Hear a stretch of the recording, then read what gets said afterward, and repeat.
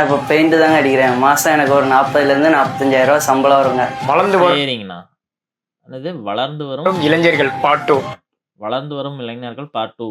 சரி சொல்லு. டிகிரி முடிச்சு அதுக்கு சென்னையில் ஒரு 4 இயர்ஸாக ஒர்க் பண்ணேன். கொத்தடிமையாக வேலை பார்க்குறதோட அப்பா முன்னாடியே பெயிண்டிங் எல்லாமே கான்ட்ராக்ட் எடுத்து வேலை பார்த்துட்டு இருந்தாங்க. அவரோட தொழிலை நான் அப்படியே கையில் எடுத்து நானும் சேர்ந்து இப்போ சக்ஸஸ்ஃபுல்லாக கொண்டு. இந்த குலத்தொழில் வேணாந்தாயா எல்லாம் பாடுபட்டு இன்னைக்கு எல்லாரையும் படிப்புக்கு அத்தனை செலவு பண்ணி மேலே கொண்டு வராங்க. நீங்க ஏன் இப்படி மறுபடியும் போய் விழுகுறீங்க? போயிட்டுருக்கேன். நான் பெயிண்ட் அடிக்கிற தொழில் ஈஸின்னு நினச்சிட்டாங்க. ஆனால் பின்னாடி இருக்க பில்டிங்லாம் 4 மாடி இருக்கும். அதெல்லாம் நாங்கள் தான் இறங்கி கஷ்டப்பட்டு அடிக்கிறோம்.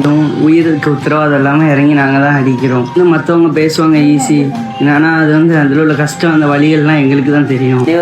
இந்த கஷ்டமெல்லாம் படக்கூடாதுன்னு தான் உங்கள் அப்பா உன்னை படிக்க வச்சாரு. நீ என்ன பண்ண? படிச்சியோ படிக்கலையோ அது தெரில, எப்படியோ ஒன்று ஒரு டிகிரி வாங்கியிருப்ப. வெளியில் போயிட்டு வேலை செய்கிறதுக்கு மூடப்பட்டுட்டு திரும்ப வந்து அப்பா எடுத்த ப்ரஷ்ஷே நீயும் தொட்டிருக்கிற. இந்த கஷ்டமெல்லாம் படக்கூடாதுன்னு தான் அவர் உன்னை படிக்க வச்சிருக்கிறாரு. சரி, அப்படியே அந்த தொழிலை தொட்டையே அதில் ஏதாவது இந்த கன்று மாட்டி பெயிண்ட் அடிக்கிறது ஏதாவது டெக்னிக்கலாக கொண்டு வந்தியா? நீயும் அதே ப்ரஷ்ஷை தான் பிடிச்சிட்ருக்கிற. இதில் என்ன முன்னேற்றம்?